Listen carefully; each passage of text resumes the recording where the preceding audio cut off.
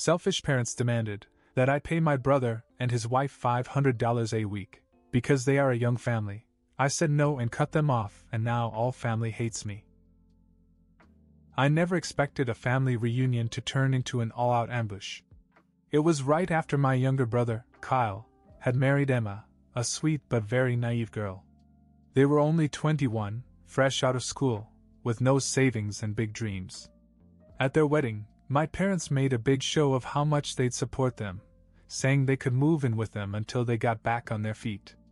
I thought it was a generous offer, almost too generous, knowing my parents. But as soon as the wedding was over, things took a sharp turn. My parents started making excuses as to why Kyle and Emma couldn't stay with them. They claimed that they were too busy, that they had a lot going on, and that their house was not ready for 2 more people. It was all nonsense. I knew the truth. They didn't want to give up their comfort. What made it worse was that Emma didn't have anyone else to turn to. Both of her parents had been killed in a car accident a few years earlier, and she had no siblings. She'd been on her own ever since, working odd jobs to make ends meet until she met Kyle. I couldn't imagine how scary it must have been for her to come into our family, especially since my parents weren't exactly known for their warmth. You see, my parents had just come into a huge inheritance from my grandmother, who had died a few months earlier. Grandma had left them everything: her house, her savings, even some land she owned. They didn't waste any time selling the land and pocketing the money. I remember them bragging about how they'd waited years for this moment, as if they'd earned it. It made me sick. Grandma had worked so hard all her life, and they were treating her inheritance like a lottery jackpot. When Kyle and Emma asked to move in, my parents flatly refused. But instead of admitting their selfishness, they turned the tables on me. They called a family meeting at their house, and I went, thinking it would be about finding a solution for Kyle and Emma. Instead, it was an ambush. My dad cleared his throat dramatically and said, "You're doing fine for yourself, aren't you? You've got your business, no family of your own yet, and you're stable." I didn't like where this was going. "I'm working hard to stay stable," I replied. "Exactly," my mom chimed in, as if I'd just proven her point. "Kyle and Emma are a young family. They need help, and we've decided that you should contribute $500 a week to help support them." I froze. Did I hear that right? "Excuse me?" I asked. "You're doing better than any of us did at your age," my father said. "And since you don't have kids or a wife yet, you can afford it. It's only fair. Family supports family." I couldn't believe what I was hearing. "You're kidding, right? You just got all that money from Grandma and you're asking me to pay them $500 a week? Why can't you help them?" My mom waved me off like it was a stupid question. "We have a million expenses. Besides, we've done enough. We raised you both and brought you to adulthood. Now it's your turn to help the family." The audacity of it all made my blood boil. They'd spent their whole lives sucking off Grandma's largesse, and now that they had her money, they couldn't be bothered to lift a finger for their own son. And they thought I was the answer? "No," I said firmly. "I'm not giving anyone $500 a week. I have my own expenses, and my business doesn't run itself. If you think I'm doing well, it's because I work hard, not because I have money to throw around." My father's face hardened. "So that's it? You're going to let your brother struggle because you're too cheap to help?" "Cheap?" I snapped. "You're the one sitting on Grandma's money, and you can't even let her stay with you. Don't try to guilt me into cleaning up your mess. You told Kyle and Emma they could stay with you, so why don't you keep your word instead of pawning it off on me?" The meeting ended in a shouting match, with my parents calling me selfish and ungrateful as I stormed out. I didn't speak to either of them for a week. I knew I had made the right decision, but it felt like I'd just declared war on my own family. Little did I know that was just the beginning. I spent the next week trying to put the whole thing out of my mind. I was still angry, but honestly, I was more disappointed. I shouldn't have been surprised. My parents had always been selfish, but this felt like a new low, even for them. They had everything they needed, and instead of helping Kyle and Emma, they decided to scapegoat me. Then one night, Kyle called me out of the blue. I almost didn't answer, but something told me to pick up. "Hey, can we meet?" he asked. "I need to talk to you." I could tell he was serious, so we met at a diner near my apartment later that night. He looked exhausted, bags under his eyes, his hair a mess. Emma wasn't with him, which was unusual. "I'm sorry about the other night," he began. "I didn't know Mom and Dad were going to pull that stunt. If I had known, I wouldn't have let them drag you into it." "It's not your fault," I said. "But seriously, what's going on? They promised you could stay with them. Why aren't you there?" Kyle sighed and rubbed his neck. "They won't take us in. They told Emma and me that they're too busy and that it's time to figure things out on our own." "That's a load of crap, but what can I do? We've been couch surfing at a friend's house, but we can't stay there much longer." Hearing that made my blood boil all over again. My parents had convinced him that they would support him, only to pull the rug out from under him the moment it became inconvenient. And now Kyle and Emma were basically homeless, trying to piece their lives together. "I don't know what to do," Kyle admitted. "I'm not asking you to give us money every week. I don't want to. But," he hesitated, then continued, "I just need a little help to get started. I'm trying to start a little business. Emma's been looking for work, and I've been sewing clothes to sell online, but I want to open a shop. I have some designs ready, but I don't have the money for materials or rent." I didn't say anything at first. Part of me was still angry at how this whole situation had been dumped on me, but Kyle's tone was different than my parents'. He wasn't trying to make me feel guilty or twist my arm. He was just desperate. "How much do you need?" I finally asked. "I could start with $6,000, he said. "Enough to buy materials and cover a few months' rent for a small shop. I swear I'll pay you back as soon as I can. I just need to get this going." I could tell he meant it. Kyle wasn't like my parents. He wasn't lazy or entitled, he just needed a break. Still, I hesitated. I wasn't sure this was a good idea, and I hated the thought of enabling my parents' behavior. But Kyle wasn't asking for a handout. He had a plan, and he was willing to work for it. "Okay," I said. "I'll loan you the money. But this stays between us. Mom and Dad don't have to know." Kyle's face lit up with relief. "Thank you? Seriously, thank you. I'll make it work, I promise." I gave him the money a few days later, and true to his word, Kyle used it to rent a tiny studio space and buy supplies for his clothing line. He didn't waste a dime. Meanwhile, my parents were still running their mouths about how cheap and selfish I was. They told anyone who would listen that I'd refused to support Kyle and Emma, painting me as the family villain. Relatives began sending me passive-aggressive texts and comments on social media. "Family helps family," they'd say. "How could you turn your back on your brother?" I ignored them. I didn't owe anyone an explanation, and I certainly didn't owe my parents anything. But as much as I tried to brush it off, the whole thing left a bad taste in my mouth. Meanwhile, Kyle and Emma moved into a cheap studio apartment near his shop. Emma got a part-time job, and Kyle started sewing like crazy. Every time I checked on them, they seemed more determined than ever to make things work. It wasn't easy, but they were doing it. And watching them struggle made me realize I'd made the right decision. My parents could talk all they wanted, but I wasn't going to let their greed drag me down. Little did I know, that decision would change everything for all of us. Things got worse before they got better. When my parents realized I wouldn't cave into their $500 a week scheme, they doubled down on their smear campaign. Suddenly, I was the villain of every family gathering, every conversation. I didn't even have to be there. They made sure my selfishness was the centerpiece of every story they told. Relatives bought it too. My phone began to explode with judgmental texts. "A young family needs help and you can't even step up? Shameful. Your parents have done so much for you. How could you turn your back on them now? I hope one day when you need help, people will be kinder to you than you were to Kyle and Emma." It was infuriating.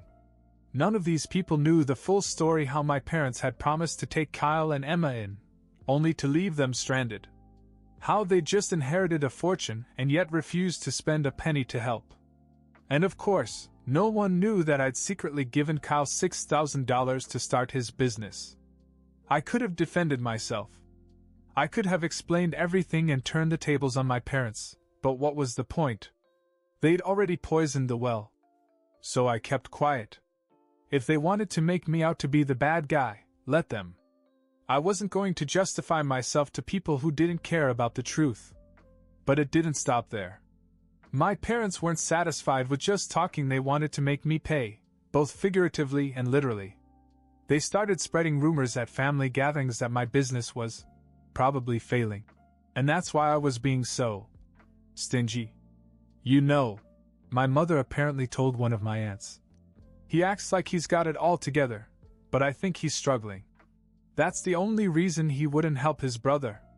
My aunt, bless her heart, actually called me to ask if I was okay. I assured her that my business was fine, but the damage was done. Meanwhile, Kyle was working nonstop. He'd rented the tiniest storefront in a not-so-great part of town, but he made it work. Emma juggled her part-time job and helped out whenever she could. I'd stop by occasionally to check in, and every time I was impressed. He'd turned the little shop into something real, rows of handmade clothes, racks of his designs, even a little corner with a sewing machine where he worked on custom orders. One night, about 3 months after he opened, I stopped in after hours. Kyle was sitting behind the counter, surrounded by sketches and scraps of fabric. He looked up as I walked in and grinned. "I sold 5 pieces today," he said. 5. I patted him on the back. "That's great, man. How's it going overall?" He leaned back in his chair, looking tired but proud. "It's slow, but it's happening. People are starting to take notice. Word's getting around." I looked around the shop, taking in all the work he'd put into it. "I'm proud of you," I said. "You're making it happen." He smiled, but it faded quickly. "I just hate how things are with the family," he said. "Mom and Dad. I don't even know what to say to them anymore. And I know they make your life hell." "Don't worry about that," I told him. "They've always been like that. You know that." "Yes, but it's not fair. They should be helping you, not tearing you down. I hate that they're dragging you into this." I shrugged it off, but his words stayed with me. He was right, it wasn't fair. But I wasn't going to let my parents' toxicity ruin what Kyle and Emma were building. What I didn't know was that my parents' next move would take things to a whole new level. They weren't content with ruining my reputation, they wanted to make sure that Kyle and Emma never forgot who they thought the real villains were. I thought my parents' pettiness had reached its peak. I was wrong. About 4 months after Kyle opened his shop, I got a phone call from him out of the blue. He sounded rattled. "Mom and Dad just stopped by the house," he said. "You won't believe what they just pulled." At first I was confused. My parents had been so hands-off with Kyle and Emma since the wedding that I didn't think they even knew where they lived. But somehow they tracked them down. "They came over like they were checking in," Kyle continued, "acting all concerned about us, asking how we were, if we needed anything. I thought maybe they'd finally come around, but then Dad just casually drops, 'So when are you going to start helping us out?' I frowned. "Help them out with what?" "Money," Kyle said flatly. "They told me they've done so much for us, and now that we're married, it's time to pay it forward." I almost laughed at the absurdity of it all. "Pay it forward? What the hell does that mean?" Kyle's voice tightened. "They want me to give them $300 a week. Mom says it's not just for them, it's for the family, and that Emma and I have a responsibility to contribute now that they're the reason we're here." I felt my blood pressure rise. "You're kidding, right? They've hardly done anything for you since the wedding. What do they think you're contributing?" "That's the best part," Kyle said. "They think I'm just working some simple retail job or something. They don't know about the store or the sewing or anything. I didn't tell them because, honestly, I didn't want to deal with their opinions or their interference. This surprised me, but it also made sense. Kyle had kept his head down and focused on building the business. He'd probably avoided our parents as much as I had. So what did you tell them? I asked. I told them we couldn't afford it, of course. Everything we make goes straight to rent and supplies, and Emma's part-time job barely covers food. But you know how they are. They wouldn't take no for an answer. Let me guess. I said, they started guilting you. Kyle snorted. Big time. Mom went on this whole rant about how they'd sacrificed so much for us, and how they deserved to get something back. Dad just kept repeating that it's our duty as a family to step up. And when I told them no again, they brought you into it. Of course they did. I muttered. They said if you had just agreed to their plan, none of this would have been necessary. They're convinced you're the reason everything's so hard for them right now. I couldn't even be surprised anymore. My parents were predictable, if nothing else. When things didn't go their way, they always looked for someone else to blame, and apparently I was still their favorite scapegoat. So what now? I asked Kyle. They said if I didn't start helping them out, I shouldn't expect them to be there for us in the future. I let out a bitter laugh. Be there for you? They've done nothing but make your life harder since the wedding. Exactly, Kyle said. But you know how they spin things. They make it sound like we owe them our lives just because they raised us. I shook my head, even though he couldn't see me. Don't let them bully you into anything. You're doing fine without them. Just focus on the shop and let them throw their tantrums. I know, Kyle said, although he sounded tired. I just hate how they keep dragging you into it. You don't deserve it. Don't worry about me. I told him. I've been dealing with their crap for years. I can handle it. Kyle thanked me before we hung up, but I could tell the whole situation was weighing on him.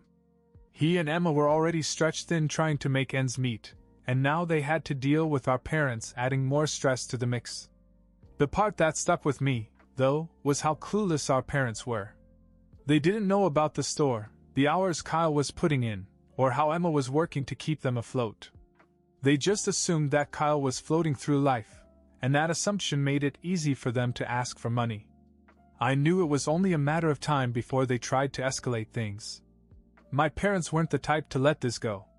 They were about to push things even further, and I could feel a storm coming. It didn't take long for Kyle to reach his breaking point.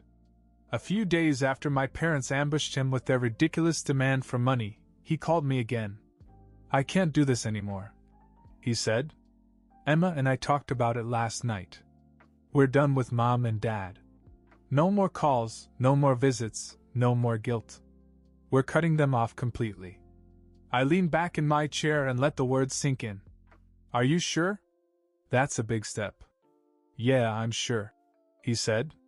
They don't care about us, they've made that clear. All they do is take and take. They left us hanging when we had nowhere to go, and now that we're making it on our own, they want to swoop in and take the credit.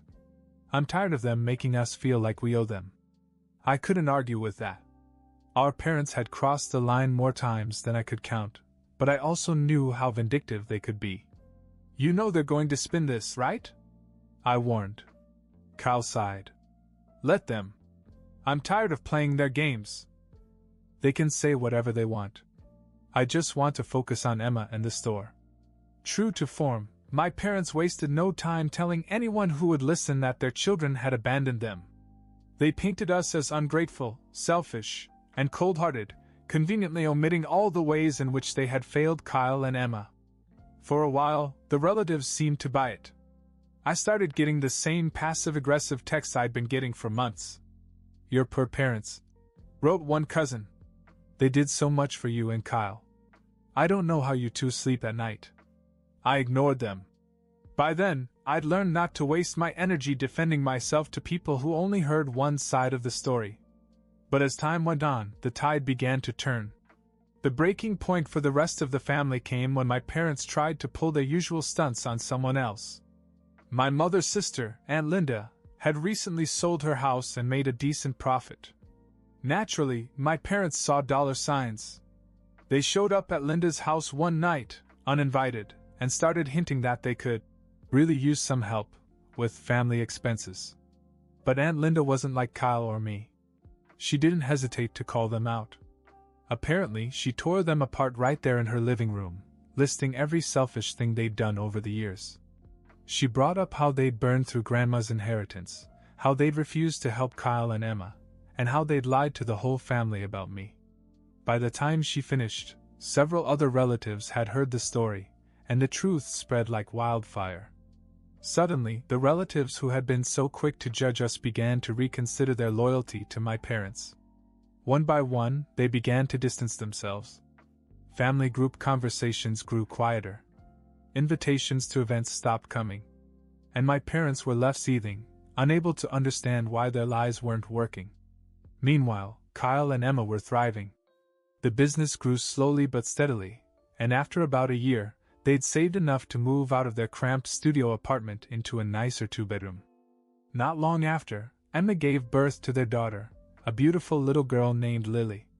When Kyle called to tell me the news, I could hear the pride in his voice. "She's perfect," he said. "Emma's doing great, too. I never thought I could be so happy." I went to visit them a week later, and seeing Kyle hold his daughter for the first time was something I'll never forget. It was like all the stress, all the struggles, had been worth it. He built this life with his own hands, and now he had a family to share it with. Not long after Lily was born, Kyle started paying me back the $6,000 I'd loaned him. At first, it was small payments every few months. Then, about a year later, he showed up at my door with an envelope. "This should take care of the rest," he said, handing it to me. I opened it and saw the remaining balance, plus an extra $2,000. "What's the extra for?" I asked. Kyle smiled. "For believing in me. For helping us when no one else would. I wouldn't be here without you, man." I didn't know what to say. I hadn't expected him to repay me so quickly, let alone add something extra. But it wasn't just the money. It was about seeing Kyle and Emma finally succeed after all they'd been through. As for our parents, well, they're still bitter. Kyle keeps them at arm's length, only reaching out when there's big news, like Lily's birth. When they do call or text, it's almost always because they need something, and Kyle is quick to shut them down. "They can't pretend like nothing happened," he once told me. "They made their choices, and I'm not going to pretend things are okay just because it's convenient for them." Our parents hate it. My mom still sends the occasional guilt trip text about how Kyle is pretending the past didn't happen, or letting it out of his life. But Kyle just shrugs it off. After all, he and Emma have built a life they can be proud of. They're raising their daughter in a happy, stable home, free from the toxic mess our parents tried to drag them into. And frankly, watching them succeed has been one of the most satisfying things I've ever experienced.